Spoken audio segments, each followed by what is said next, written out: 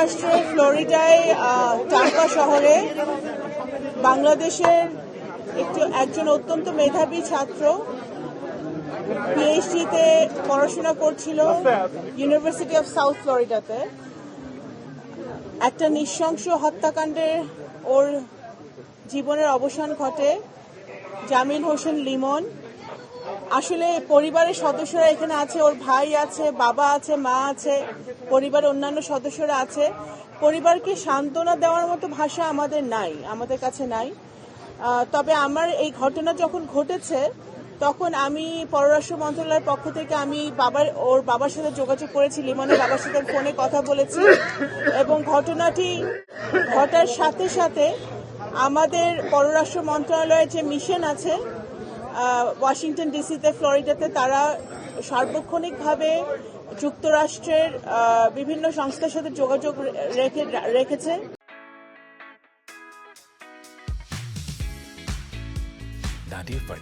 মিশনের বিভিন্ন কর্মকর্তা আমাদের যারা যুক্তরাষ্ট্রের বিভিন্ন সংস্থা যারা এই নৃশংস হত্যাকাণ্ডটি ইনভেস্টিগেশন করছে তাদের সাথে যোগাযোগ রেখেছে এবং আমরা চেষ্টা করেছি প্রবাসী কল্যাণ মন্ত্রণালয়ের সাথে সমন্বয় করে যত তাড়াতাড়ি সম্ভব আমাদের লিমনের মরদেহ আমরা দেশে ফিরে আনতে পারি।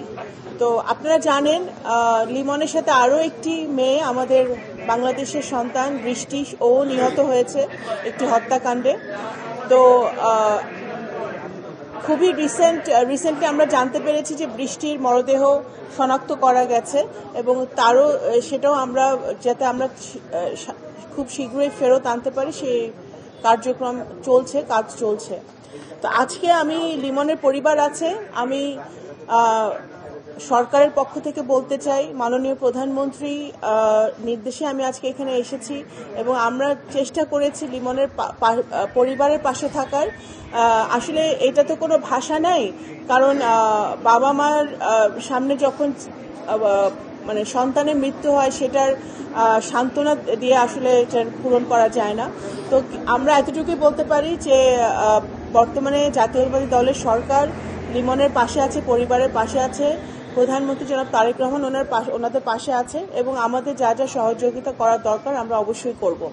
আমরা যুক্তরাষ্ট্রের সাথে সরকারের সাথে নিয়মিতভাবে যোগাযোগ রাখছি যাতে এই হত্যাকাণ্ডের সুষ্ঠু তদন্ত হয় এবং অবশ্যই আমাদের বিশ্বাস যে যুক্তরাষ্ট্র সেই তদন্ত কমপ্লিট করবে এবং এই হত্যাকাণ্ডের জন্য যারা দায়ী তাদেরকে শাস্তির আওতায় এনে তাদেরকে উপযুক্ত শাস্তি দেওয়া হবে আইনের আওতায় এনে।